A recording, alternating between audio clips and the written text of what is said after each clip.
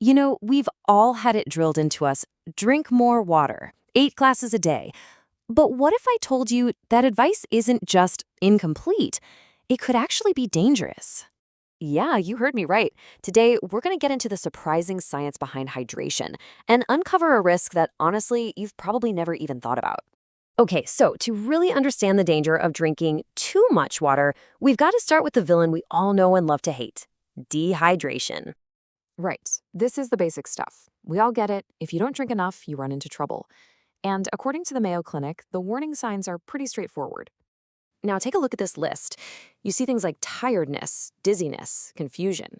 But here's where it gets really interesting. Those symptoms, they are not exclusive to dehydration.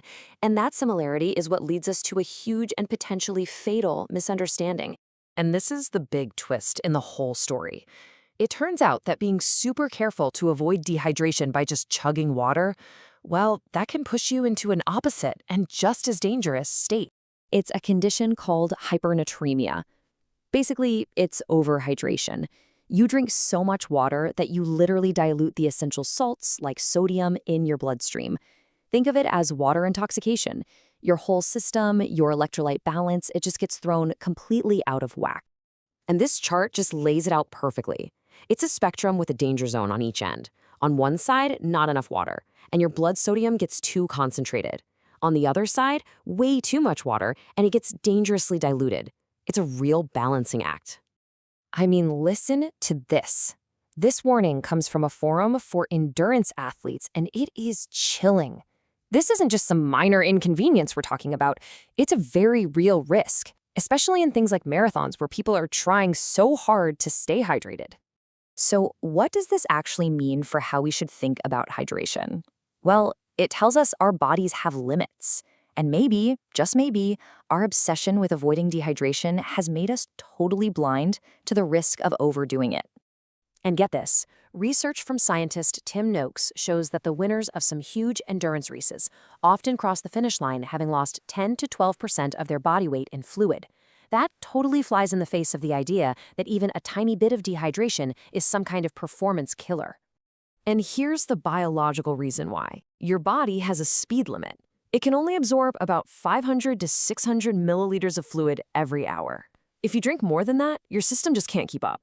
The extra water has nowhere to go except into your blood, watering down those vital sodium levels. Which, of course, brings us to the real puzzle here. If drinking too little is bad, and drinking too much is also bad, what are you supposed to do? What's the best guide? I mean, we have this amazing built-in instinct, thirst, that's supposed to tell us when to drink. But when you look at the science, you find a surprisingly huge debate about whether we can actually trust it. And as you can see here, the experts are totally split. You've got the Mayo Clinic and others saying, thirst isn't always reliable, pointing out that things like age or even just having water nearby can mess with it. But then you have experts like Tim Noakes who argue that thirst is the only thing you should listen to, that it's your body's perfectly evolved regulator. So what this really tells us is that we need to throw out the simple, rigid rules. We need a much smarter, more complete way of thinking about our own fluid balance. The bottom line is true hydration is not about hitting some magic number of glasses each day. It's about becoming a detective for your own body, looking for a whole collection of clues instead of relying on just one signal. And here is your detective kit, courtesy of the University of Queensland. These are real, observable signs you can use. So look at them together. Is your urine dark and you have a headache? Probably time for some water.